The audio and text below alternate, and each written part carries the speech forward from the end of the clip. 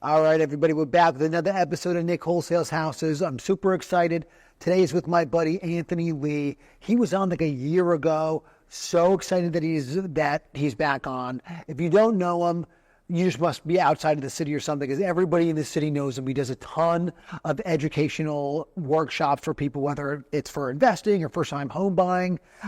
He's an agent. He also has a ton of rentals in West Philly, and he's one of my agent buddies. And we do a couple deals a year together. He's my boy. Super excited. You guys are going to love it. Wealth of knowledge. But before we get into the pod, you already know the drill. It's brought to you by Renovo Financial. So if you need a hard money loan, look no further. Everyone who makes real money in this area, they use Renovo. You should too. And for all the landlords, if you're looking to do any cash out refis, you looking to just get a DSCR loan, they do all of that as well. I'll link you with Jeremy. DM me. I'll link you, and you'll be so happy. Let's get into the pod.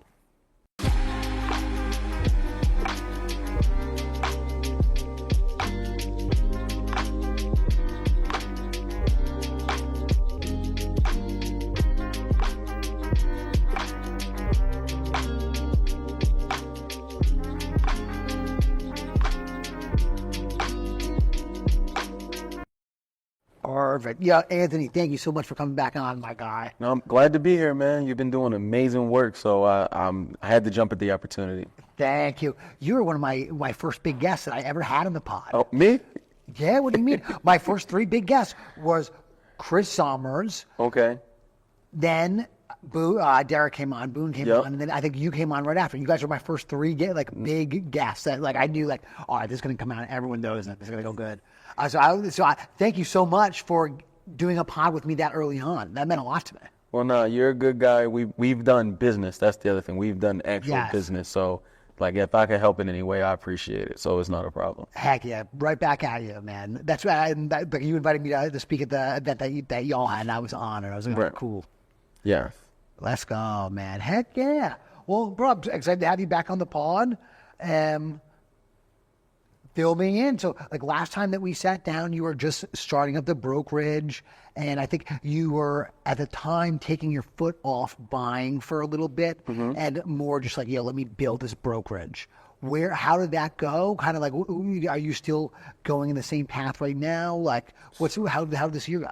So this year has been interesting, I'll say that. So, the big thing is, like you said, the brokerage is my newest baby. So I've been maturing, I feel like, in business, and I'm trying not to dig multiple holes at the same time. So right now I pretty much focused on that. So when last time we talked, I had about 12 to 14 agents. We're now today up to 62 agents at Realty One Group Focus Philly, right around the corner from here at Front and Girard. Really? So, yeah, that's so a lot of agents. It is. So that's the thing. We've been, again, keeping my head down, just trying to network, build relationships, and find good people that want to do good business and help people buy and sell real estate. And we've been growing it. So last year we did, I want to say, about 135 transactions. As a brokerage, as a smaller brokerage, we've grown. So that number is still, increasing. Yes. But the funny thing is we've done less deals, but done more volume as far as overall sales. So that's been a good thing. So, so again, just excited about that. And even when you about the investing side, so I still haven't purchased anything new. I really just been trying to, again, clean up my back office, because even on the investing side, the things have changed. Tenants are crazy, absolutely crazy. Yeah, I love you on Facebook. You gotta follow him on Facebook when you post about the tenant stuff. Look, today was I literally, before we were doing a podcast, I'm texting a tenant hey, you're late again. The lateness and the people paying when they feel like it is ridiculous. And I know something I got to be better on and get better systems for that. But yeah, but yeah. So focusing more so on the brokerage, trying to build out systems and also help other people grow in their leadership roles. That's been my primary thing. And also, again, just taking a step back in regards to me building my business and running it the right way. I always tell people, I know how to hustle and create, but being able to run that back office like a real true CEO so things can run without me, that's the move that I'm on now. Okay. It's tough to learn. Well, it's expensive to learn. Tough, expensive, but I think the bigger part is me, where I have to learn to let go.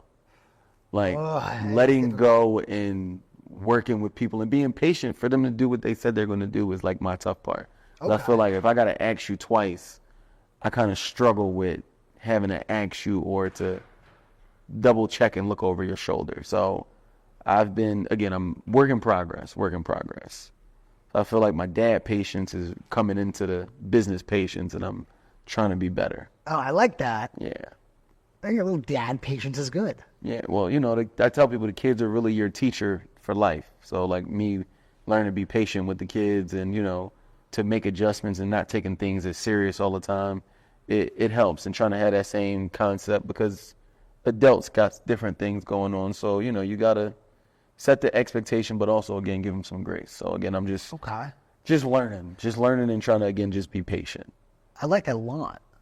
We're all learning and trying to be more patient. Yes. But I like how you said that your kids are helping you with that. That's not something I've thought of before, but as you're saying, I was like, I kind of noticed that in myself even too. Like when you become a parent, it's just like, it makes it a little bit different. It's a whole adjustment. And, Yeah. and I know for you, your child is younger. So it's like every day it's a new experience. And I feel like if you take that same concept to life of not holding on to bad things that happened the day before or not having blow-ups and not resolving them sooner, you move a lot easier and like the weight of life isn't as heavy. So that's, again, easier said than done. So I'm much easier said than done. Yeah, no guru, no expert. I haven't figured it out. But again, little notes that I've been taking past year or so, is fire over here, but then coming back and, all right, I'm still standing at the end of the day. Yes. And still growing. So that's all I can be thankful for. Good. Heck, does it feel weird not buying a bunch of stuff? It does, but I will say it has helped. I do have my GC arm of my business, so to help me with the itch, like I've been doing, like I just did somebody's kitchen, I'm doing somebody's bathroom now. So doing those projects for people, it kind of helps with the itch of wanting to be creative and, tear some stuff down and put some stuff together. Yes. Yeah. Okay, good. Yeah, but again, once I get everything for me cleaned up, my goal is to get back into it. But I think I'm going to do flips instead of like messing with the rentals. Because again, just relying on the tenants is an interesting business. It's an interesting business. So being able to get back into flips, that'll be my go-to. Fair. At least for now. People really, they love talking the rental game. Everyone loves these rentals. And I hear a lot of people that happen to go get a bunch of rentals and they're like, maybe, then they'll start flipping instead. Yeah. It's common. But I tell people it's a necessary evil because, again, you also don't know what you like and don't like. But on top of that, no, it's been times where life was tough, money was tight, but those rentals were helping me pay bills. So, I feel like you need them. To your point, I just don't know if I need 100 of them. I don't know if I need 50 of them. Like where I'm at now, maybe I just stay here, get those things paid. That's the other thing, get those things paid off and paid down because, again, if you got just say 20 rental properties that are paid off versus having 100 doors and 100 mortgages, give me the 20. Yeah, you really though. There's something to be said about that. Like it's not cool to talk about it. Not like people don't think it's sexy, but like, bro, it's cool. Then you really own those. The bank doesn't. Right, and again, the pressure every month for when you got to go to landlord-tenant court or tenants want to pay late. Like, yo, you're not as stressed. You're not as frustrated. Yeah. And even with certain tenants, if you got to work with them to figure it out, like you're a little more patient. But with these mortgages, taxes, rental licenses, you name it, like that's a job in itself. And I can imagine if you had 100 rentals, like that would be your job. So it's like, yeah, I don't want that to consume me. So again, grateful for them, grateful for the tenants, especially the tenants that do pay. But to keep doing more, like, nah, maybe give me 3-4 flips a year, depending on the price point, and like, yo, I'm happy. Yeah, I'm happy. There we go. I like that. Yeah, so that's why I gotta stay connected with you because you're always bringing good deals. So that's kind of my thing, like, build these relationships. And this way, whether I buy it or don't, like we're doing now, like, hey, we might sell it to somebody else and we're still making money. So again, I have the know-how, so I know how to analyze them. So I won't say no completely, but definitely more so just making adjustments. Yeah, adjustments. It's been a good year for adjustments. I've been making a ton, so I understand, my guy. Yeah. Well, I mean, and like I said, I love what you're doing because, I mean, you know how to build the pipeline. So having that pipeline is really the secret sauce. Yes. And I mean, you're constantly evolving in being able to do that because now you're in different markets, right? Yeah, I don't do a ton in Philly. I'm still in Philly, and if you've got a deal in Philly and you need to move it, I'll move it in 2 seconds. Boom, what do you want? But as far as my marketing dollars and efforts are outside of the city. Okay, where are you doing business at now? Every county in southeastern Pennsylvania. Okay. And every county in like, maybe you believe in Central Jersey all the way down. Okay. And then like northern Delaware and a little bit of Maryland. Basically anywhere within 2 hours from my house, I'll do. Okay. And doing in those areas now, you feel like things are picking up more than like when you were just only focused on like the local Philly market?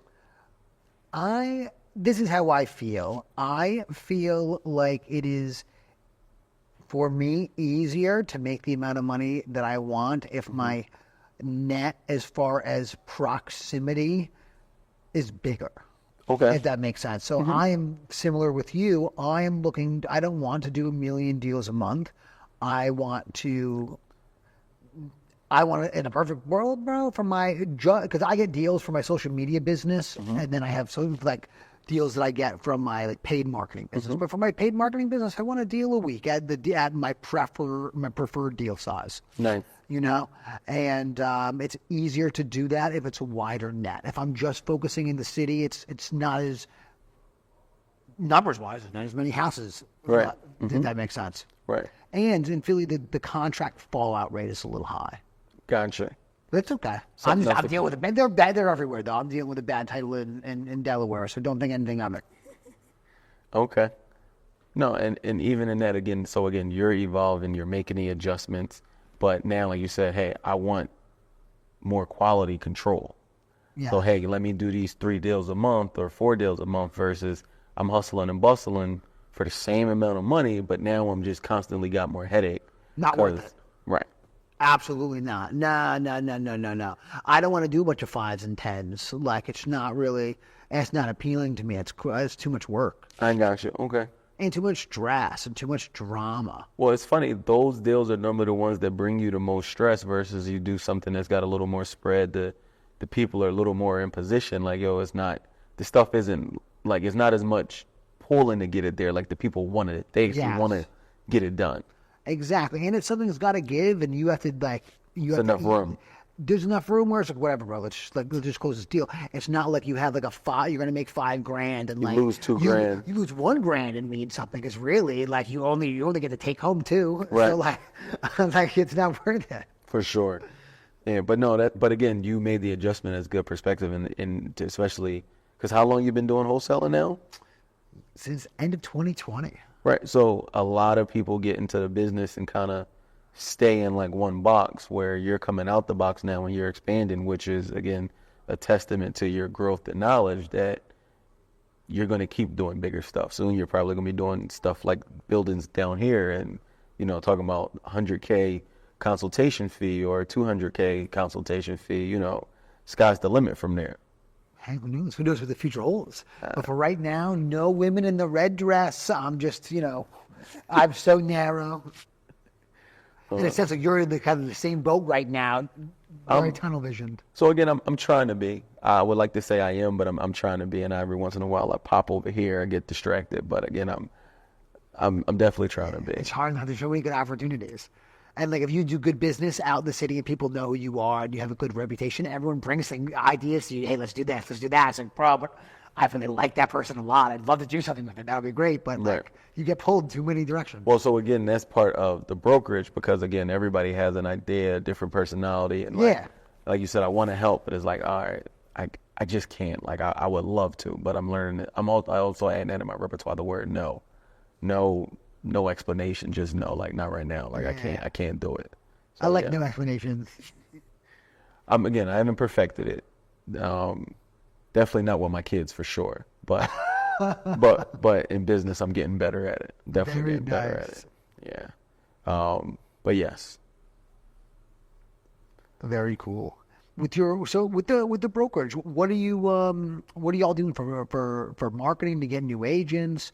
What do you guys really do? What are you doing mainly marketing to get deals, to get sellers? So as far as great question. So as far as the agents go, we're really relationship based. So Okay. one of the things I love about our brokerage is we're not necessarily marketing. We're really just doing things from a standpoint of, like, me and you have a relationship. You know, somebody else has their real estate license. They need to hang their license somewhere. They want to learn. So, hey, talk to Anthony. It's really word of mouth and referral based. And then the little bit of marketing that we do is more so just promoting each other. We're not really promoting the brokerage, but I try to tell people, like, I started the brokerage like a team. So I keep that team mindset where I don't care if you did the smallest thing or the biggest thing, we're going to celebrate you and promote it. And when the rest of the people in the office are going to support you as well. So that, one band, one sound is really where our marketing comes from. And it's no backbiting or, people trying to, it's competition, but it's friendly competition where I want you to do good because it's motivating me to do good. I want you to, figure that out, because if you figure it out and then if I figure it out, we're only going to keep doing better. So that's where, like, it's genuine support and love from competing with each other, but not, like I said, no backbiting each other or not want to see somebody else do better. And that's where, like, for our culture, like, if I do see stuff like that, got it. Like, you got to this isn't for you. I'm not going to say what brokerage you could go to, but some of them other brokerages like that, we don't operate like that. Good. And then as far as the deals, again, it's really, so we do have some marketing channels, and we just went to Miami maybe a week or so ago. So I'm working on trying to get better with getting my Google reviews up so that I can start getting some of the online presence and some of the different search engines from that.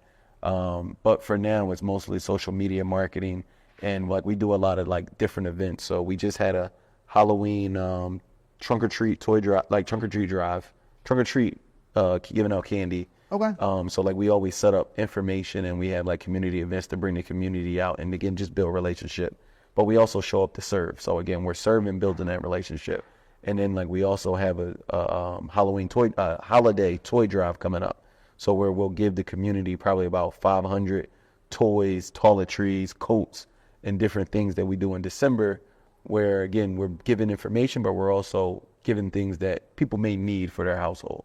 Okay. So doing those different things are really where my marketing channels come from.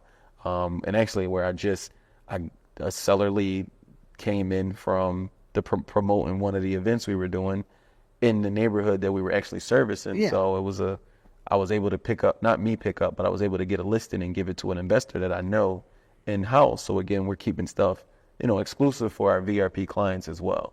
And doing that kind of just keeps bringing more clients, because they're telling me, like, I got this deal I'm about to make, $60K, $100K on, because I connected with Anthony and Realty One Group Focus Philly. So that's pretty much where the deals come from, the agents. But as you said, trying to get better with the behind the machine part, where that stuff can kind of come in on its own without having to physically do the pulling and pushing. Okay. Yeah, I like that. I like that idea of being so involved with the community. That's really good. Mm-hmm.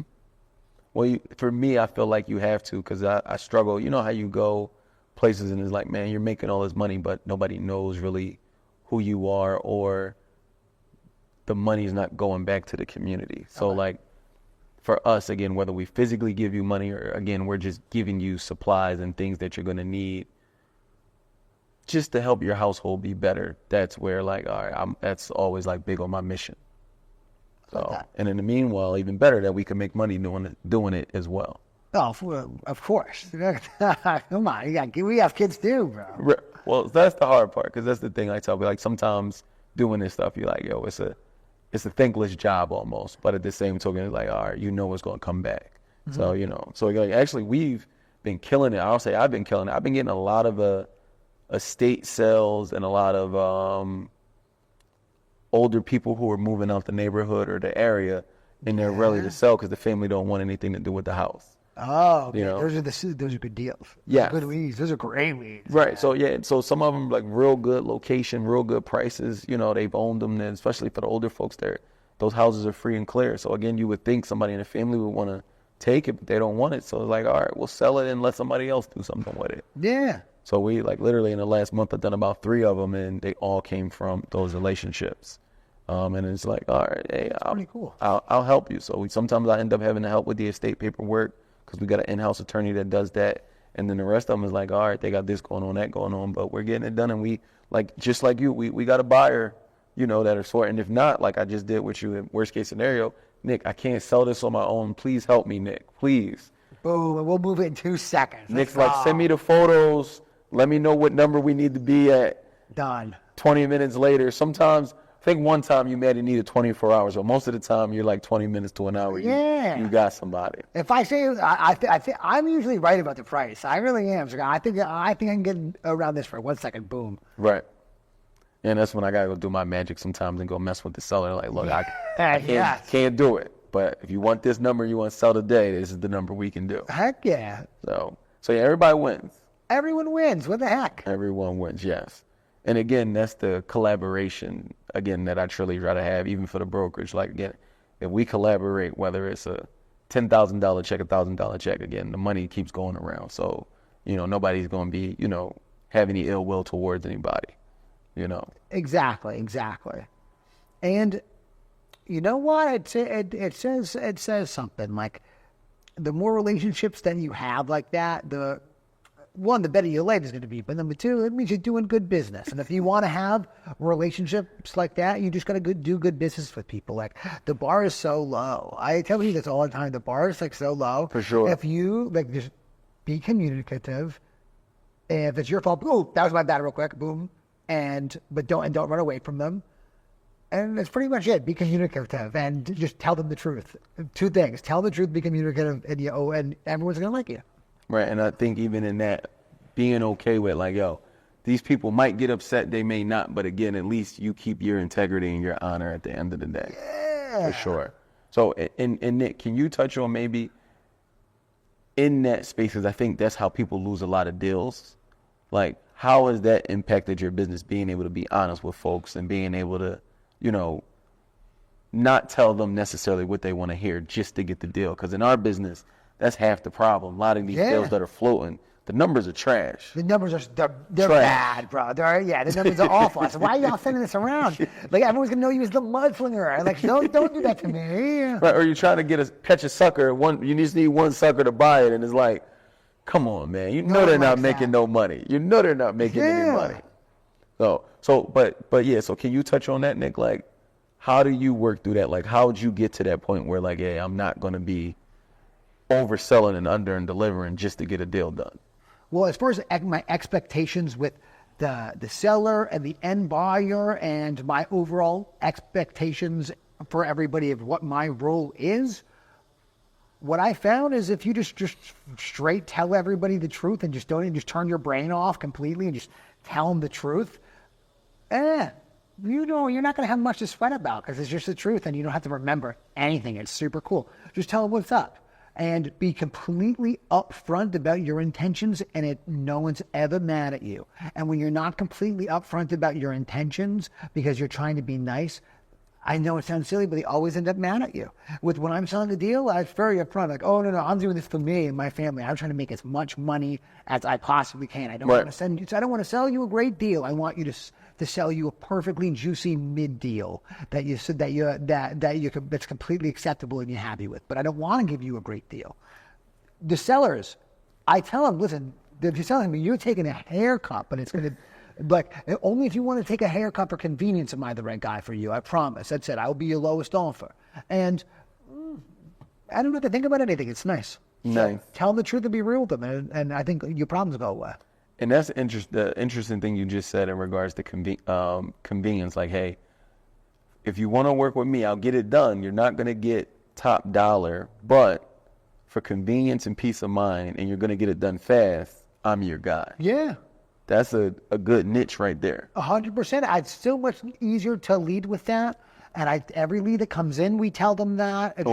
That's it. Like, we always ask, why don't you just listen with the realtor? Why don't you do it? Even if it's cooked, we just say, why don't you just listen? And if they give us a reason why, like, all Right. right, listen, I'll buy it from you, but just so you know, like, I mean, it's gonna be low, the offer. Right.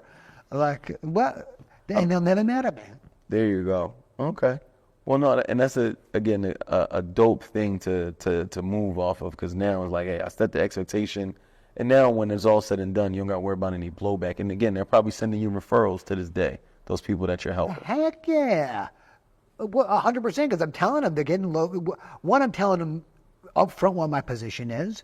Number two, like, I'm not trying to pull a fast one. A lot of people have issues and they have to file these memorandums because they're like trick the seller into price and be deceptive. They'll get the seller down, and then the seller will realize, oh, wait a minute, I made a mistake, and then there's all this conflict. But like, I don't really have much of that because if you go with me, you're just like, you don't care. This is the number. You agree to this. You can't come back from it. Yeah, but not even this. No, I don't get that many sellers that are like that. Like most of these sellers that I deal with are people that they feel so comfortable with me. The price doesn't really matter for them. Not that it doesn't matter for them. It doesn't. Like they don't care about $5 extra grand, $10 grand, because they know I'll close and I'm so upfront. Gotcha. Okay. Like kind of like the devil you don't know is not worth it because of how upfront I am. Gotcha. That makes sense. Makes sense. And it's been gone well. I don't get as many deals. With my deals are double the size as they used to be, so it doesn't matter. Right.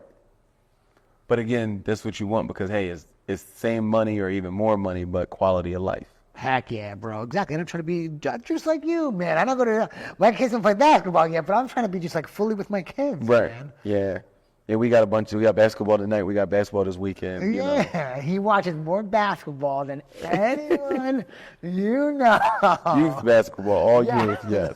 But even that for me, like I'm trying to slowly start introducing them to other stuff, because I kind of realized like I kind of boxed them in, and there's other opportunities out there. How much do they love it though? Oh no, they super excited. Like I don't have to pull them. I'm not forcing them. They enjoy it. And they're pulling you down. Yeah, like that's what it seems like at least. Yes. So that's why it's a good bonding thing for us. But again, I just want them to be able to do some different things and experience different experiences that we may not be aware or be able to get through basketball. So but that's what all of this is. It's all about vehicles and using this for us to get to where they're trying to get to for later on down in life. I like that. Yeah. We're doing the same thing with houses, so that's all the same, bro. For sure. Yeah. For sure. But in regards to, I guess, the deals, so like, how do you feel about the market right now? Because I won't tell you how I feel yet, but how do you feel about the market from now in the market to earlier this year when the market, when New Year started? Because basically we're about to be in another year already. So it went quick. So how are you feeling about the market? Well, I have two things I'll say about that. Number one is that if you're flipping houses, in this area at least, houses are sitting on the market longer, but that's probably pretty normal.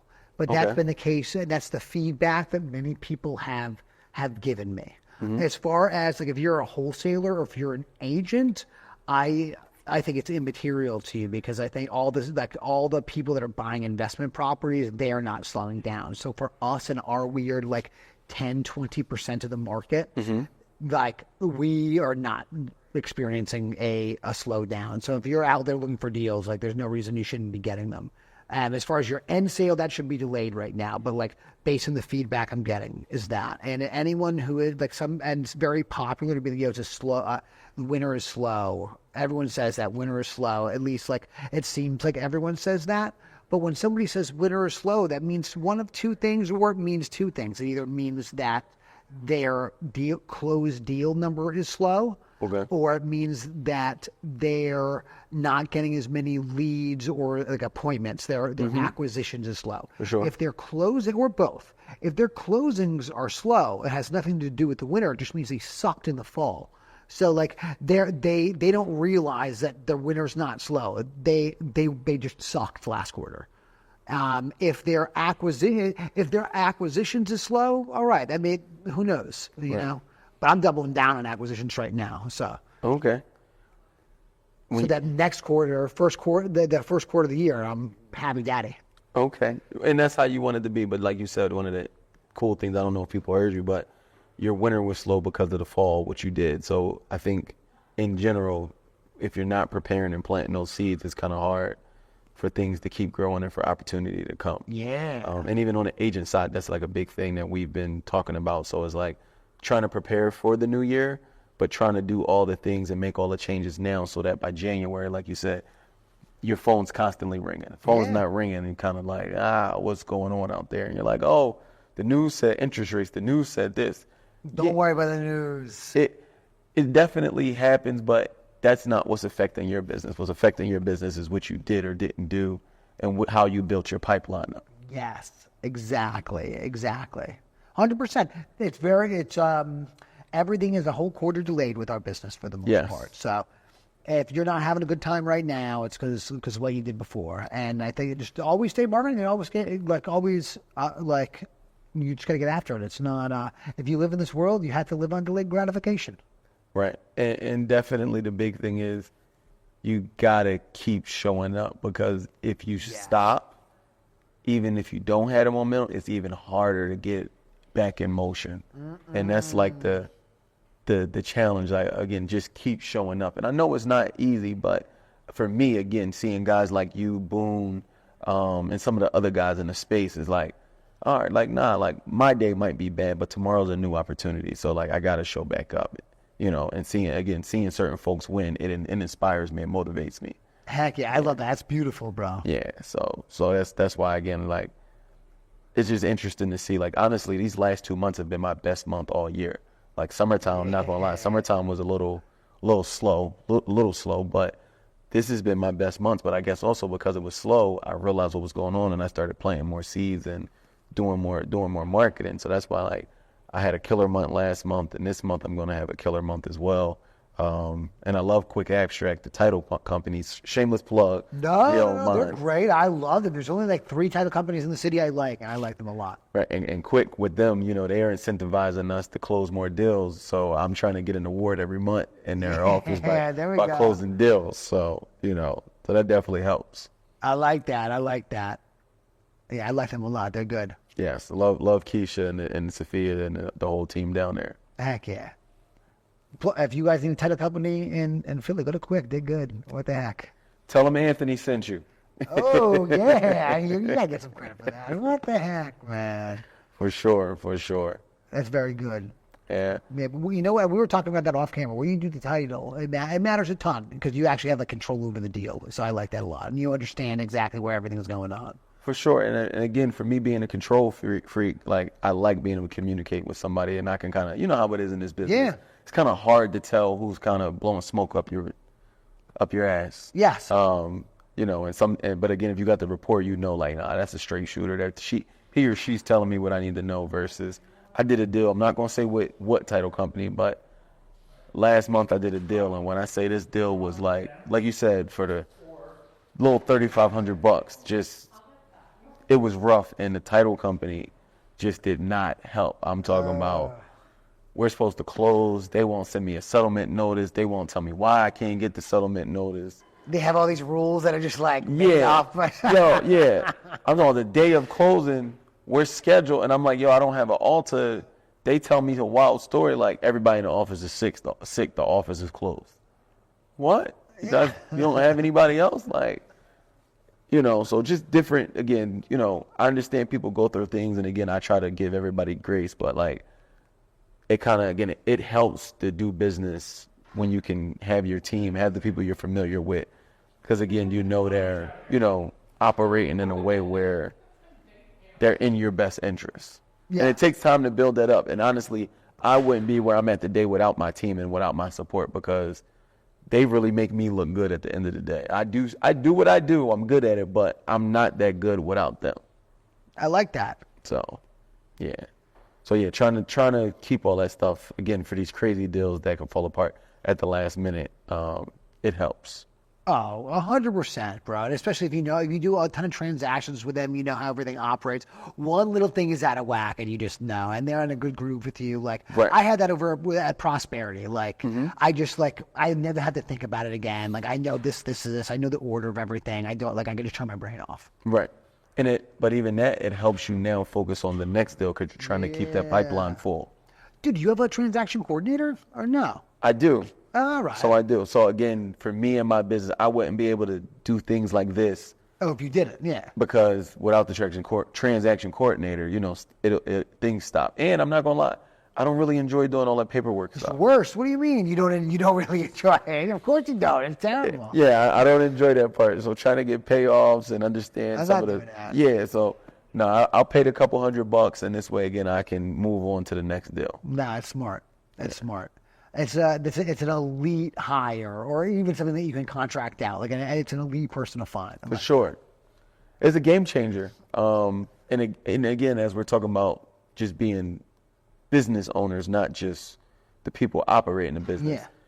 The business has to be able to run without you. So, and again, you want to start putting people in place so you can make those things happen. Even if it's a virtual assistant. Again, I think you can't be the only person in the business and call yourself a boss. No, that's why I don't really have a full business. My business dies without me, and it's okay.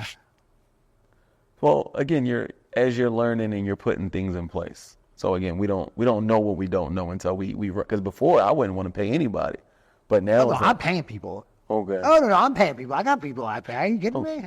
Oh well, then you're good. Yeah, so it's just but it's based on me though. I'm the center of my business, and I'm the star, but I pay a bunch of other characters. What? But then you're good then, because thing is, you can literally make your checklist tonight, send an email tomorrow. It's taken care of. Yeah. Again, you're delegating, you're putting stuff in place. Oh. Not a problem. Again, it's however you structure the setup, it works because again, you know where everything is. But again, as long as you can delegate it, put the checkbox, perfectly fine. And even in that, I'm still learning to be better where just say I had a crazy week and I don't always get to take time to make sure everything is set up for it. Normally Monday, Tuesday, Wednesday, I'm on fire. Thursday, Friday, I kind of get tired. Yeah. And it's I didn't put those things in place and now we're kind of scrambling. Yeah. Or like you said, it's just not getting done. So again, learning to, make the adjustments. But again, thankful for the team I have because they know most of what has to get done and we're busy enough where even if I don't give them direction, they can, now they're starting to step in and take initiative. That's good. Yeah. And then you have people there that you just you trust that operationally they're going to hold everything down. And they're good. For sure. Because again, their incentive is, depending on how they're paid, we don't close these deals, they're not getting paid. Yeah. So that helps. Heck yeah. That helps. Now, and I hear for most businesses, especially most brokerages, and kind of anything with sales, 80% of the sales are done by 20% of the people. Would you say that that's fair? Not even 20%, honestly. With that 10%, 5%. I would say around 10%. Okay. 10%. Those are 10% of the majority of the people that do the work. Which is funny. We were doing a case study on what it takes to just be a real estate agent. Yes. And what it costs. So if you're an agent who isn't closing deals, even if you're at 100% brokerage, you're still losing money. How much money are you losing? It's a couple grand. You got to pay your dues, you're paying monthly fees. Even if you're not paying monthly fees and you got splits and you're not making anything, you're just for your license and subscriptions and different stuff, you're still losing money. But I'm going to just say on average, especially now because of the market and just the business, and a lot of agents got into this real estate space or even the wholesalers during the pandemic when you could literally sell anything. Prices didn't exist. You could throw anything up there. People just felt like they were missing out, so they were buying. Yeah, there were companies out there buying at 90% of ARV. Right. It crazy. Wasn't real. It wasn't real. Crazy. It was awesome. Awesome. But now those agents never really understood, or those wholesalers understood how to build relationships, build rapport. So now people aren't just calling you because you got your license and you got a business card. Yes. Now you really got to have a good reputation. Now you really got to know how to add value. And that's why, again, now that 10% number, if it used to be 20%, it's really 10% because a lot of them people are out of the business or they're just sitting on the sideline where's the lead coming from? Anybody going to give me? Nobody's going to give you anything. You got to go out here and pound the pavement. Yeah, you got to pound the pavement or start buying some leads or something. You got to get going. For sure. Make that whole pot of coffee and start making moves. Come on. Right. Which good. Speaking of which, are you still cold calling? Are you doing cold calling during the daytime in your robe still? I don't do cold calls myself, but I am my own acquisitions person. Okay. I have 4 callers right now. I'll get more callers, but right now I have 4. I'm going to get more callers. At the end of this quarter, I'm going to get more callers probably. I'll reevaluate, make my final decision, but it's going to be at least 2 more callers. And I call my leads every single day. I also have an SMS little program, and that's it. And then I get inbound leads from like my friends and people from social media. Nice. But again, you got a whole operation, which is Yes. good. But I just know like your big thing when we first started connecting was, you making the phone calls. I was doing it, bro. I was doing it. I was doing all my own cold calls. And being consistent in that. But, the robe is what, got everybody, paying attention. So, but all right, so now you're out the robe and you got the... No, I'm still in the robe. I'm in the robe, and I call all my leads. I'm my own acquisitions person. So, and my social media does my dispo, but I'm still on the phone.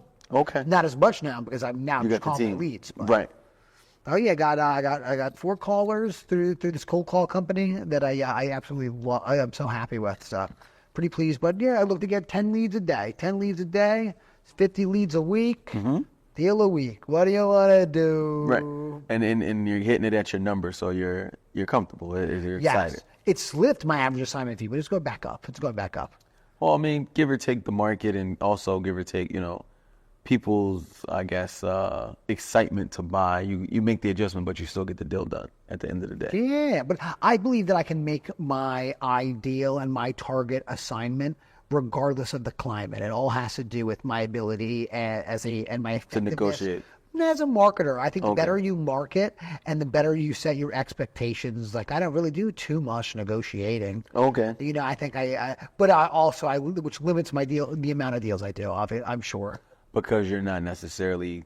I'm not super negotiating. I'm like... This is the number. This is it, maybe, but I'm coming at you, just telling you, you're gonna get a haircut. Right. So it's not preference. Like we're gonna have a big negotiation. So what's on the board for you for 2026? Trying to increase your volume, or are you going to start doing like flips yourself as well? I don't want to flip. I don't really like to flip. I've done a couple flips here and there, and always with like a partner. Like Santini, I've done one with Santini, and it went really smooth. In Jersey. Yeah, Jersey. But I don't really want to do flips because the cash on the cash conversion cycle is very bad, and I just whatever. If I'm doing it with saying the bandwidth is not good. Like I've done some novations and I hated it. The novations where I'm like. I'm rehabbing it, but I have control, but not ownership over the house. I got you. I've done those. I have one right now. I just lost $8,000 on. I hate them. But I'll still do it. I'm really trying to stay in my lane, only wholesale. And most people on these flips are making $35,000, and it's taking them a ton of months and risk and stress. To get that, and I'd rather make 25 on wholesale. So that I don't care about $10,000 in exchange for the time, stress and risk. But now that's how you're doing 3 or 4 of a month. Where I'm saying 4 of those a month, and there we go. I'm close to that because I switched up my marketing. This year was big for me learning. I can't say I lost it because I've learned so much this year, but I've spent without a financial return. Maybe it's helped me. Which was difficult to say, but you got the data. I am financially negative, like a lot of money for marketing this year that I experimented with. But I can tell it excites you though. I learned a ton. I got so hot on these internet leads that oh my God, I got so hot. Your Q4 2024 was the easiest my life had ever been. It was the best financially my life had ever been. It was like, wow, this is I don't even have to work. I don't have to follow up. This is the easiest thing I've ever done. And then I did not. Then I was like, I'm going to keep this going. I'm going to really double down. I'm spending the money, and it didn't go well. So we revamped the marketing, and now it's all outbound, low-cost marketing, and then just social media. And anything outbound that you start, it takes 6 months to really get going. Okay. So we are, and I put 4 months in with the wrong cold call company, and I was not getting enough leads to be at my goals that I needed. And they were nice people, but it didn't work. With a new company now, I'm finally getting the leads that I want. So you bounce back? Not even bounce back. We're doing good. I'm still doing really good right now. But I'll be at my complete goal within probably like 3 more months. It'll Nice. take as far as like how long, because these leads need to be in your CRM 4 to 6 months on average if you're doing outbound marketing. So Okay. timing wise, like I'll be all right. Nice. So boom, that's what we're coming with. So by the end of, I don't really look at 12-month increments. I look at quarter increments, and I really like these 90-day increments and 180-day increments. So look, I don't really think about the year. Gotcha. Okay. Fair So enough. right now I am trying to have completely hit my marketing goals and like by end of Q1, and then ask me what I think, Okay. you know? I got you. Oh, but then I'll be sitting pretty. Vacation for you and the family. Maybe it is an excitement. I mean, I'm a psychopath, brother. I don't know. I was gonna say, but that's what I was saying. Like, now, don't forget, we gotta always take a step back and, I know. I need especially you now. Newlywed, man. So you gotta try to find. It's never gonna be balanced, but just don't, just check back in. That's all. Yeah. Well, this is what we're thinking. What we want to do. I want to spend a month somewhere else, like 1 month a year, just living somewhere else. That'd be dope. I instead of doing a bunch of vacations, I've really experienced. Do the whole month just there. Yeah. And now you can appreciate where you're at because you're not rushing. Like, oh, we're only here for 3-4 days. Yes. It's only but so much we could do. Yeah. If we want to do a trip, we'll do a trip from there for a weekend somewhere Right. else or something like that. But we're thinking about that's where we're going with. Nice. I'm excited about that for you. Thank you. Yeah. Yeah. That'll be nice. We'll see some good Instagram stories as well. Yeah, So there we forward- go. Looking forward to it. Yes. Looking forward to it. Yeah, but that's just it. I'm saying no to everything and just on my cold call SMS path. What the Okay. heck? And then doing the social media business. For sure. Okay. All right. Well, I mean, I'm always here. I look forward to doing more deals, especially in 2026. We're going to do this deal here if we don't find any. Well, especially see what else we find before the year is out. But I'm looking forward to turning it up. And I know for me, my biggest thing is just to close those gaps and just even taking maybe a week off every month just to make sure I'm not constantly just moving, and I'm not taking care of all the back end I stuff. like that. So in a perfect world, maybe take a week off, but we'll see. Yeah, we'll see. But it's tough with this back end because you and I are very similar in the fact that we'll go. And just like it's tough to take a step back and let me deal with this boring BS stuff that that are just like, oh my goodness, I'm not getting paid for this. Come on. Right. No, and that's the challenge is just taking that step back because it's like you kind of feel like if I take the step back, I'm going to lose out on something as well. So that's where, again, at this point, we have no choice because we're doing so much and the back end needs so much attention, But again, maybe if I hire the right people, I can avoid some of that stuff. So we'll see what kind of adjustments we make for 2026. Okay, good back end is important. So. For sure. Heck yeah, I love that, man. Well, bro, thank you so much for coming on. I appreciate you a ton. Where can everybody get a hold of you? And if they a lot of investors that watch this, if they, Anthony, he'll list your flip. If you got a nice house, bro, new construction, he'll list the heck out of that. Where do they get a hold of you? So if you want to contact me again, Anthony Lee, I'm located right here in the Philadelphia area, front and Girard at Realty One Group Focus Philly. And on my social media, shoot me a DM, schedule a consultation with me for free. I give 15-minute consultations. A Lee Real Estate on social media. Boom, there we go. All right, everybody, happy hunting. You're welcome. Thank you for having me. Let's go.